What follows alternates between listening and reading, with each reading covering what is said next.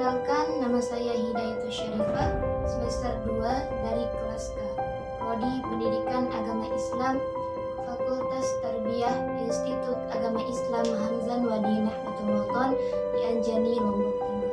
Tujuan dari pembuatan video ini adalah untuk memenuhi mata pelajaran dasar-dasar pendidikan, yaitu tentang tanggapan sebuah artikel yang berjudul Pendidikan Bukan Hanya Guru, yang dimainkan oleh berbagai elemen dalam dunia pendidikan. Selain hanya peran guru, dari hasil pencarian yang ditemukan beberapa artikel terkait membahas konteks yang berbeda terkait pendidikan, tetapi dari informasi yang dapat ditarik dari guru tersebut dapat disimpulkan beberapa aspek yang mungkin dibahas.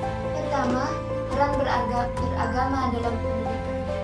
Artikel ini mungkin menyoroti bahwa pendidikan melibatkan berbagai elemen selain guru, seperti kurikulum, lingkungan belajar, peran orang tua, tenaga pendidikan lainnya, dan faktor-faktor lain yang berkontribusi pada proses pendidikan.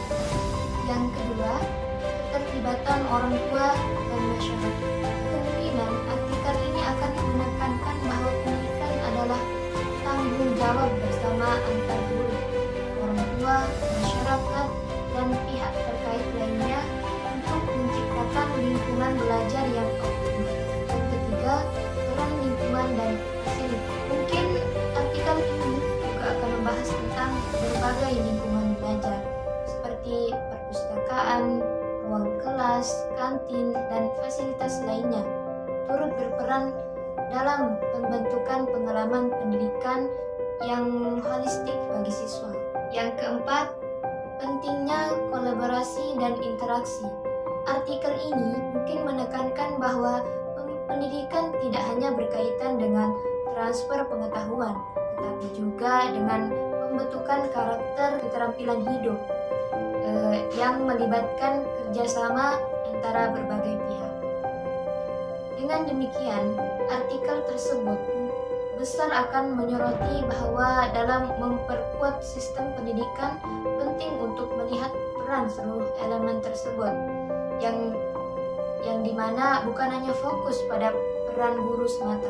Pendidikan yang memerlukan kolaborasi dan kontribusi dari berbagai pihak untuk menciptakan lingkungan belajar yang mendukung perkembangan holistik siswa, dan juga anak yang merasa akan sukses tanpa perlu belajar karena memiliki kekayaan, mungkin memiliki persepsi yang kurang tentang konsep kesuksesan.